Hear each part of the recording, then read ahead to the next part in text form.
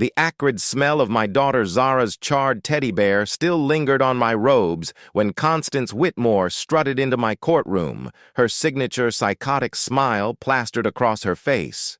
It was the same smirk she'd flashed while poisoning my late wife Sarah's roses with bleach, the same one she wore while extorting $89,000 from our neighbors, and likely the same one she had when she orchestrated the arson that reduced my home, my last tether to Sarah and our life together, to ashes. But Constance, the self-appointed HOA tyrant of Willowbrook Heights, made one catastrophic mistake. She didn't know who she was targeting. I'm not just a grieving single dad.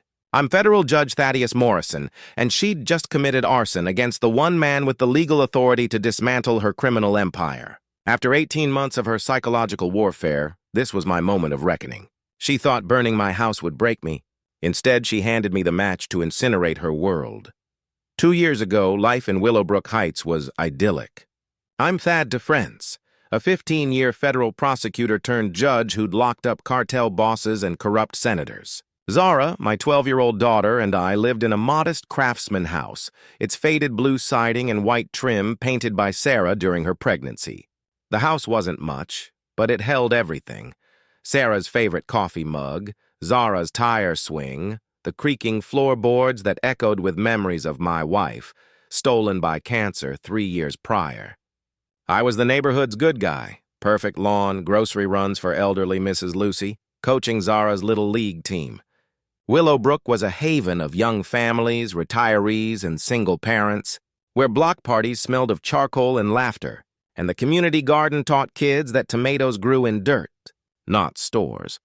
Then Constance Whitmore moved in, her white Escalade screaming wealth and entitlement. Blonde hair, designer clothes, and shark-like eyes that sized up everyone as prey. Her husband, supposedly an oil executive, was always overseas, leaving her free to terrorize the neighborhood.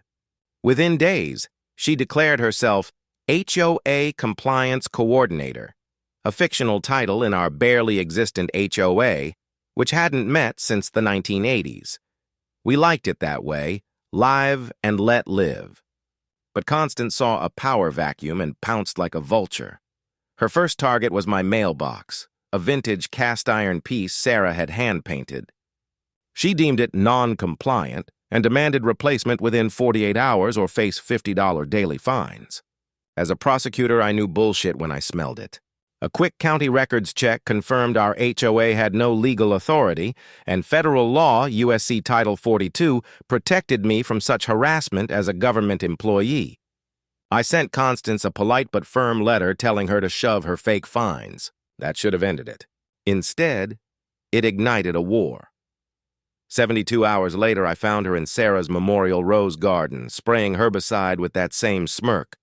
"Just helping with your bee problem, Thad," she chirped, murdering the roses Sarah had tended through Michigan winters, the ones she'd made me swear to protect before she died. She claimed a fictional bee allergy affecting Mrs. Peterson's non-existent granddaughter. When I threatened police action for trespassing, her glass-shattering laugh revealed the truth. I wasn't dealing with a rational person, but a sociopath drunk on control. I installed a security system. 6 cameras, motion sensors, night vision. 3 nights later at 2:47 a.m., Constance was caught on video pouring bleach on my garden and planting forged HOA notices with fake signatures, including Mrs. Lucy's, whose arthritic hands could barely write. I had a slam-dunk case: trespassing, destruction of property, fraud, forgery. But when I presented the evidence to Sergeant Rick Bellows, he slid it back, unopened, suggesting my grief made me paranoid. Constance had already poisoned the local system against me. Her attacks escalated. She had my sister Rebecca's car towed from my driveway, citing fake, overnight parking rules enforced by Bellows Recovery Services, owned by Rick's brother Richard, a convicted fraudster. Public records revealed Constance's pattern, targeting single parents, elderly residents, and minorities with illegal fines and threats. She'd extorted $340,000 in fake HOA fees, funneling it into a non-existent community fund. Worse, she targeted Zara, sending men posing as inspectors into our home, terrifying my daughter into a panic attack.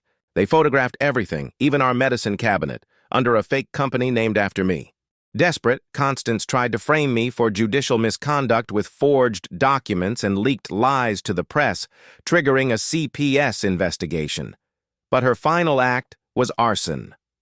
On a Tuesday, my house burned, accelerant ensuring total destruction. Zara, safe at Mrs. Lucy's, watched our memories.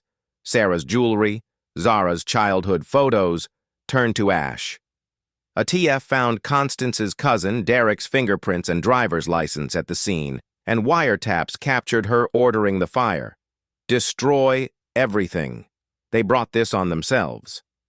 The FBI, IRS, and DOJ's Civil Rights Division mobilized. Forensic accountants uncovered Constance's $89,000 tax debt and 17 maxed-out credit cards. Wiretaps and surveillance documented her extortion, mail fraud, wire fraud, and civil rights violations. Neighbors, once terrified, became witnesses. Mrs. Lucy revealed Constance's threats against her grandson. Marcus Rodriguez admitted paying fake fees to avoid CPS. In court, Constance's empire collapsed.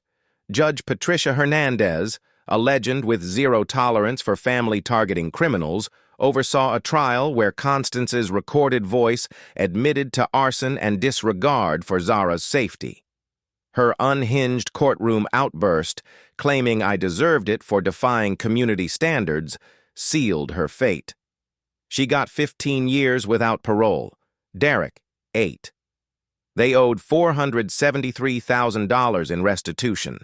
The gallery erupted in applause as neighbors like Mrs. Lucy and Marcus reclaimed their power.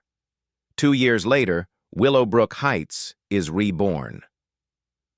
Our new, transparent HOA funded a playground, solar lights, and the Justice Fund, helping 87 families fight HOA abuse nationwide. Zara, now 16, thrives, her baseball bats crack echoing in our rebuilt home's garden, where Sarah's roses bloom again. Constance rots in prison, her suburban tyranny a cautionary tale. The best revenge?